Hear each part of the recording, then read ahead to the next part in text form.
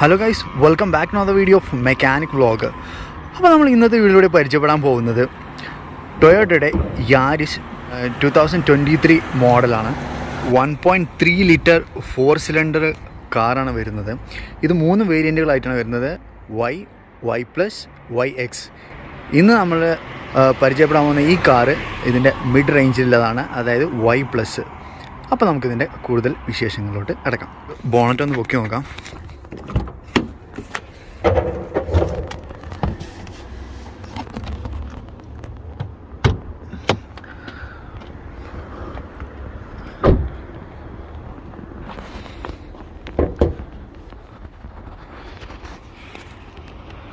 $1.3 litre 4 സിലിണ്ടറാണ് വരുന്നത്. ടൊയോട്ടയിൽ ഇവന് എപ്പോഴും ഭയങ്കര സ്പേഷ്യസ് ആയിരിക്കും ബോണറ്റ് ഉള്ളതെന്ന് പറയുന്നത് കഴിഞ്ഞാൽ. അതായത് ഇപ്പോൾ ഒരു മെക്കാനിക്ക് നോക്കുന്ന സമയത്ത് ഭയങ്കര അവർക്ക് വർക്ക് ചെയ്യാനും കാര്യങ്ങൾക്കൊക്കെ ഭയങ്കര സ്പേസ് ആയിരിക്കും. കുറേ നമുക്ക് എന്തെങ്കിലും ചേഞ്ച് ചെയ്യണമെന്നുണ്ടെങ്കിലൊക്കെ അതിനൊക്കെ അവർ സ്പേസ് കൊടുക്കുന്നത്. അതാണ് ഇതിൻ്റെ മാനുഫാക്ചറിങ്ങിൽ ടൊയോട്ട സക്സസ് നല്ലൊരു മെയിൻ റീസൺ. അതാണ് ആവശ്യമില്ലാത്ത കുറേ കാര്യങ്ങളൊന്നും വെറുതെ കൊടുക്കുന്നത് ക്വാളിറ്റിയിലാണ് അവർ കൊടുക്കാറ്.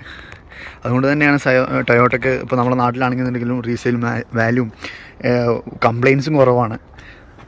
അപ്പോൾ എന്താണ് നിങ്ങളുടെ അഭിപ്രായം ടൊയോട്ടനെ കുറിച്ചൊന്ന് ജസ്റ്റ് ഒന്ന് താഴെ കമൻറ്റ് ചെയ്യാം. പലർക്കും പല അഭിപ്രായങ്ങളായിരിക്കുമല്ലോ.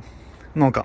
എൻ്റെ ഒരു വ്യൂയിലോട്ട് കിടക്കുന്ന സമയത്ത് എനിക്ക് ഈ ലൈറ്റുകൾ ഭയങ്കരമായിട്ട് ഇഷ്ടപ്പെട്ടു. LED ലൈറ്റ്സാണ് വരുന്നത്. അതുപോലെ തന്നെ ഇതിന് താഴെ കാണുന്ന ഈ ഒരു ഭാഗം ഫ്രണ്ടേജ് ഭയങ്കര ലുക്ക് തരുന്നുണ്ട്. ഭയങ്കരമായിട്ട് ഷാർപ്പ് ലുക്കാണ് ഫ്രണ്ടിൽ നിന്ന് തരുന്നത്. അതുപോലെ തന്നെ അതിൻ്റെ ഗ്രില്ല് എന്ന് പറഞ്ഞു കഴിഞ്ഞാൽ ഒരു പ്ലാസ്റ്റിക് മെറ്റീരിയലാണ് വരുന്നത്. അപ്പോൾ ഫ്രണ്ടിൽ നോക്കുമ്പോൾ ഭയങ്കര ലുക്ക് ആണ്, അതിലൊരു ഡൗട്ടും ഇല്ല. നമുക്ക് കാണാൻ പറ്റുന്നുണ്ടല്ലോ. അതുപോലെ സൈഡിൽ നിന്ന് നോക്കുന്ന സമയത്ത് ഭയങ്കരമായിട്ട് ലെങ്തി ഫീൽ തരുന്നുണ്ട്. മുമ്പത്തെ നോക്കുകയാണെന്നുണ്ടെങ്കിൽ ഫ്രണ്ട് റൗണ്ട് ഒരു മൊത്തത്തിൽ റൗണ്ട് ഷേപ്പ് ആയതുകൊണ്ട് തന്നെ കുറച്ച് ചെറുതായിട്ട് തോന്നിയിരുന്നു. പിന്നെ നമുക്ക് സൈഡിൽ നോക്കുന്ന സമയത്ത് അലോയ് വീൽസാണ് എടുത്ത് കാണിക്കുന്നത്. പിന്നെ 4 ഡിസ്ക് ആണ് വരുന്നത്. ഫ്രണ്ടിലും അതുപോലെ തന്നെ ഡിസ്ക്കാണ്. പിന്നെ ഇവിടുത്തെ എടുത്തു പറയേണ്ട ഒരു സംഗതി, ഇവിടെ സിൽവർ ആയിരുന്നെങ്കിൽ ഒന്നുകൂടി നന്നായിരുന്നു തോന്നുന്നു ഡോർ ഹാൻഡിൽസ്.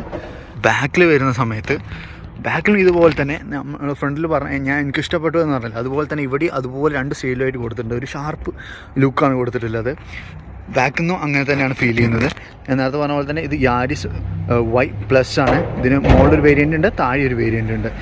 ഇതിൽ ഓൾമോസ്റ്റ് എല്ലാ ഫീച്ചേഴ്സും വരുന്നുണ്ട്. ഞാനത് പറഞ്ഞുതരാം. നമ്മൾ ഇൻറ്റീരിയർ നോക്കുന്ന സമയത്ത് അവിടെ എക്സ്പ്ലെയിൻ ചെയ്യാം. ഇപ്പോൾ ബാക്കിൽ ലൈറ്റ്സൊക്കെ കാണാൻ പറ്റും. ഭയങ്കരമായിട്ട് ഇത് ലൈറ്റ് അല്ല, ഇത് ജസ്റ്റ് ഒരു കവറിങ് മാത്രമാണ് കൊടുത്തിട്ടുള്ളത്. പക്ഷെ നമുക്ക് ബാക്കിൽ നോക്കുന്ന സമയത്ത് ഒറ്റ ലൈറ്റായിട്ട് തോന്നിക്കുന്നുണ്ട്.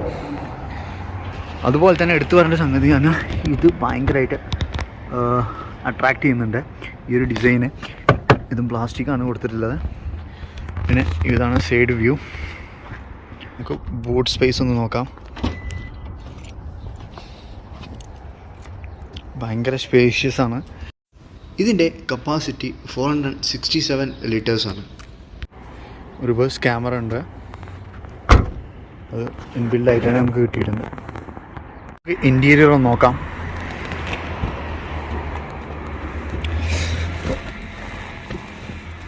അപ്പോൾ നമ്മൾ കയറുന്ന സമയത്ത് തന്നെ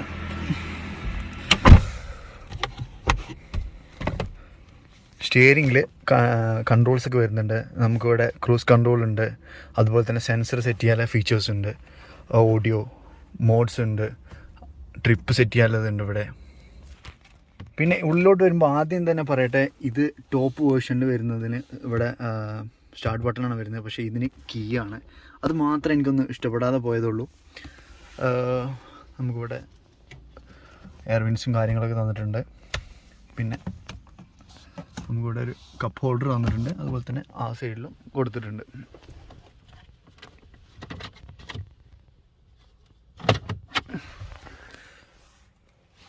പിന്നെ ഇത് നമുക്ക് വിൻഡോസ് ഇവിടെ കൺട്രോൾ ചെയ്യാൻ പറ്റും. സെൻസേഴ്സ് നമുക്കിത് അവിടെ ഓപ്ഷൻസ് കൊടുത്തിട്ടുണ്ട്.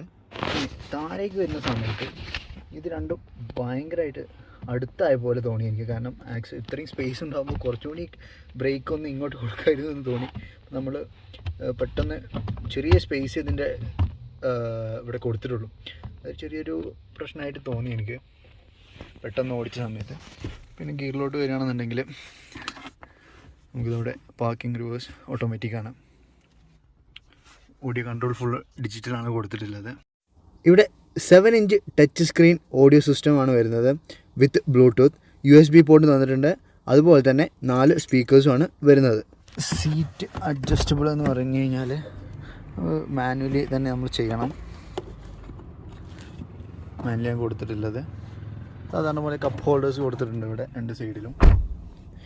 ഡാഷ്ബോർഡ് ഒന്ന് ഓപ്പൺ ചെയ്ത് നോക്കാം. ഒരു നോർമൽ ഡാഷ്ബോർഡാണ് വന്നിട്ടുള്ളത്.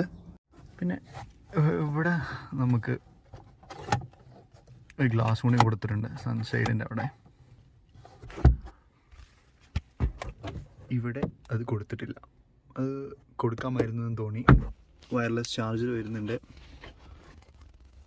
ഇവിടെ നമുക്ക് ചാർജിങ് സോക്കറ്റും കൊടുത്തിട്ടുണ്ട്. നമുക്കിനി ഇൻസ്ട്രുമെൻറ്റ് ക്ലസ്റ്റർ ഒന്ന് നോക്കാം.